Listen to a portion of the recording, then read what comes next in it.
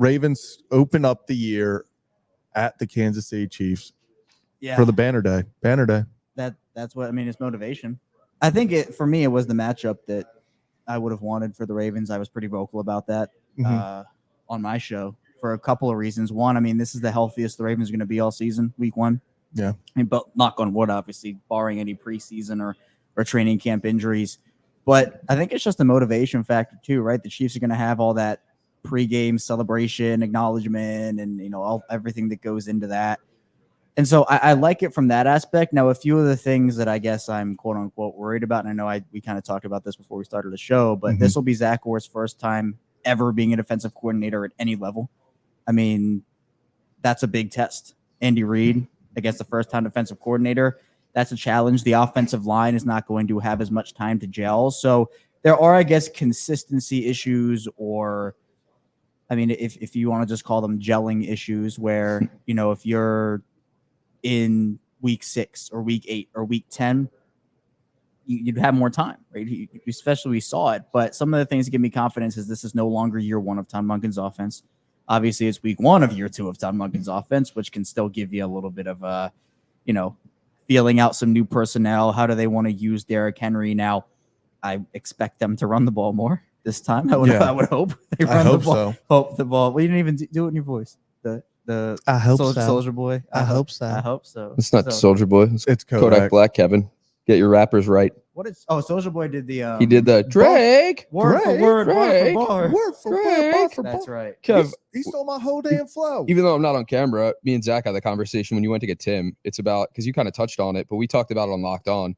Just with Zach is not opposed, I wouldn't say, but he would rather the Ravens maybe play the Chiefs. What, like week 13? You said, Zach? Yeah, like something like that. And it's not that I would rather. I would rather us play them. Yeah, the first week, because it just doesn't mean as much to me. Like I just Fair. if we go 0-1 against the Chiefs, I'm not gonna sit there and go, oh, like that it's over, like whatever, like we're 0-1. You might not be, but a lot of the fan base will be like, the sky's falling. If you just lost to the Chiefs, it's cancel the season. All this you'd rather stuff. have more pain losing in week 13 than you would. No, I just would rather, like, because then if it's like week 13, I see it as like a litmus test of like, okay, how legit can this team be? Can we go beat the Chiefs in Arrowhead? Whereas week 1, there's just so much going on. I think the biggest reason why I don't like it is because if we win, it won't mean much to me. Really? Like if we win week 1, it's kind of like last year when the Lions won week 1 against the Chiefs. Like it was really cool in that moment, but then like a few weeks in, you're like, okay, like it's just week 1. Like I get that. I'd rather us go and see week 13 primetime Monday Night Football, Sunday Night Football. Okay. In Arrowhead, how are the Ravens stacking up right now against the Chiefs? But basically, Zach, you didn't see the Chiefs last season until the playoffs, but you saw that last season in the stretch. Like the Ravens are the best team in football because of the teams they beat in that stretch. It was the Niners, the Dolphins. I mean, they beat some heavy hitters right there in the final weeks of the season.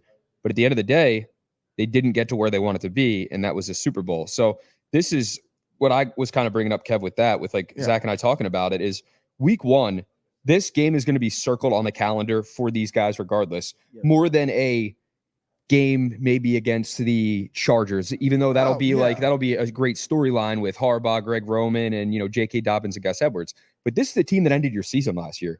And if you get to face them week 1 and really set the tempo, I think that means more to a team and to a fan base than a game maybe played week 10. Regardless, you're going to have to go out and beat them, anyway. But get it out of the way now and do your thing. Well, then that's the thing. I just see it as more of it's just get it out of the way. Like win or lose, we're just done with that game now. Like you get what I mean? Like it's just, you have 16 more games after that. Just not focus on that. But I don't like, I've been looking so forward to, I want our opportunity to go beat the Chiefs. And I get the whole point of it being week 1, it being the banner raising, like maybe putting that chip on the Ravens' shoulder again of like, this is what they took from us. But at the end of the day, like, it's just, I've never liked being that weak. Maybe it's because I have PTSD from Ravens versus Broncos. It's because of that. Maybe it's PTSD Ravens versus Broncos. But and I'll openly admit, I'm not excited for the Ravens season. Like I'm not. No, Zach honestly, just based off of observing and figuring out, like, fans are where the fan base is right now, that championship loss took everything out of the fan base. Like there is excitement is starting to drum back up. The draft, I think, brought a lot of that back for some people. But literally, I've told this story before. I had a person, I do Bleacher Report live streams. I had a person come on my stream and say I did a post draft, like draft class recap. And they said, this is the first time I'm consuming any Ravens content since the day they lost.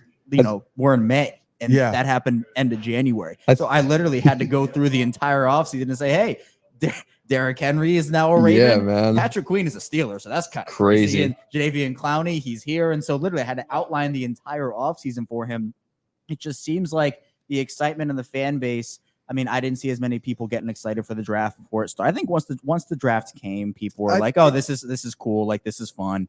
But it just feels like, to me, the loss has taken so much out of the fan base to the point where excitement is there, but I think it's not going to truly get to the level it was at unless the Ravens make it back to the AFC Championship. I'll tell you when Zach's going to be back. Zach's going to be back that first game when Justice Hill scores three touchdowns. Or the first game he does that. Yeah, there you go. Or that first Derrick Henry stiff arm is just going to hit different for you, man. You're going to be like, we're so back. I can see the tweet now. Yeah, so here's the thing. Like, we're talking about this on May 13th. By the time, Rocco, go to the other. Oh, I'm sorry. Seat. We got to clap for Justin soon, too. Yeah, why do we? Yeah, okay. Well, let's finish your point, and then we'll keep moving on. One more thing, as we get closer to the season, like, hype is going to start building. Same thing that happened with the Orioles.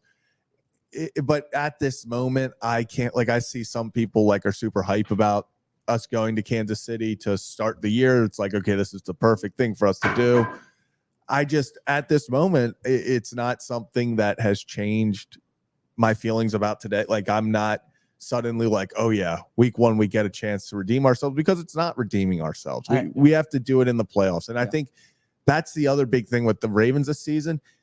They could go 17-0. I don't care until we get to the playoffs. I also think that the Orioles' success, it does help out with that. Like, because in years past, not necessarily last year, but the Orioles were kind of an afterthought when you got to a certain point in the season. And it was like, okay, how are they going to let us down this year? Or it's just going to be pain throughout the later months of the season.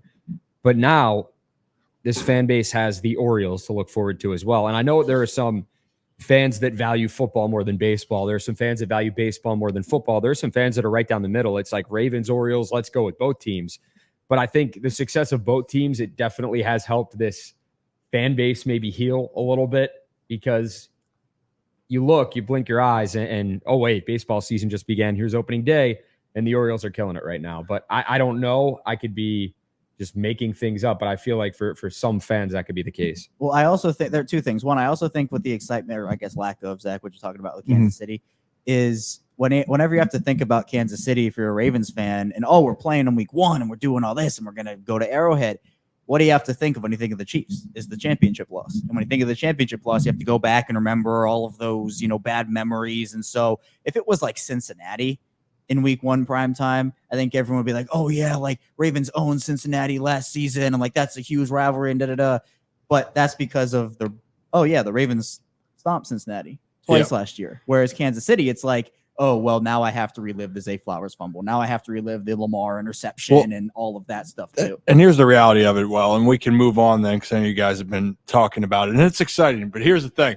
It's exciting because football will be back. But the reality is it ain't going to mean shit, because then you got to wait for the playoffs and do it again. So you're excited because it's prime time and you want to be back out there.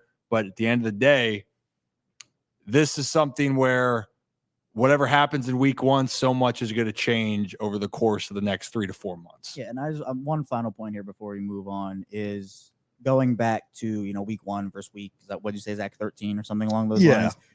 To me, I think the reason the NFL did this, and the reason, it's best on best. I mean, you get to week 13, who's injured for both these teams, right? I mean, we know Rashee Rice is not going to play in this game because he's got a suspension of I don't know what coming for him. Rumors are at least the first half, so we're going to see. But, what if Mahomes goes down? Or what if Derrick Henry, what if a big player or two go down, which is going to happen. All these teams deal with it all year. But you get knock on wood, obviously, with no training camp and preseason injuries happen for both teams, you get best on best. And I think the NFL, the Ravens, the Chiefs, everybody, I think that is the ideal situation because one, for the NFL, obviously Mahomes, Lamar sells, right? That just, it is what it is, and it'll draw more audience. But two, I mean, that's what I want to see, right? I want to see a healthy Ravens roster go up against a healthy Chiefs roster, whereas in week 13, who knows how injured the Ravens are, who knows how injured the Chiefs are, and obviously that could play advantage or disadvantage for either side. But to me, I think that's where the thinking is for me, at least, of, oh, like if we're going to test where the Ravens are, even if it's early, like I get where a week 1 loss is not going to have quote unquote like playoff implications to where if you beat Kansas City in week 13, does that give you the tiebreaker for the 1 seed or something crazy like that? Like that's the excitement you're talking about. And I get that. Yeah. But to me, you know, if the Ravens are missing half their secondary, if the Chiefs are missing half their offensive line, like that doesn't give me a full barometer test of what if those guys come back in the championship game if they rematch. I mean, that to me, I think if you get best on best in week 1, that's kind of my thinking. You know, well, I think because we should move on, Zach. But last point, I was just gonna say, my biggest thing also is with the addition of Derrick Henry, week 1 is not going to give you the Ravens full offense. It's still going to be in that adjustment period. If we had returned a similar offense, I mean, obviously it's a very similar offense, but you had in a Derrick Henry. If it was just returning the offense, I think it'd be different. But I have a feeling it's going to be that weird feeling out period the first few weeks of, okay, how much are we using Derrick Henry? What kind of scheme are we going to use him in? And I could just see the offense looking sloppy. And I would have preferred maybe to have a tune-up or two earlier in the year than immediately be like, okay, we got to find out what's working with Henry while we're playing Patrick Mahomes and the Chiefs. Moving on, but just a couple games into the season, it took the Ravens some time to just iron everything out offensively. And Todd Monken's the first year under his system. So, Zach, that was would you like to turn your volume down? Yeah. Thank you. I don't like to hear myself talk. I don't either. I know. Nobody does. But yeah, I agree with your point, Zach. And I don't know, but I do truly think there's a lot to be excited for this football season with the Ravens, with the squad they have, and with the players they do have returning. Yeah, people, hell, yeah, of course you're going to be excited. I love it. It gets me all feeling types of ways. I love when you have the crossover with baseball and football at the same time. It's amazing. It's going to be a lot of fun, but so many things got to happen between then, and I'll leave it with this. Even talking with Eric DaCosta last week, his comment was, we got to win the games in the big moments. Like that was paraphrasing it in it. So in this case, it'll be an exciting start, but it's not going to mean anything in the grand scheme of where the Ravens have to go.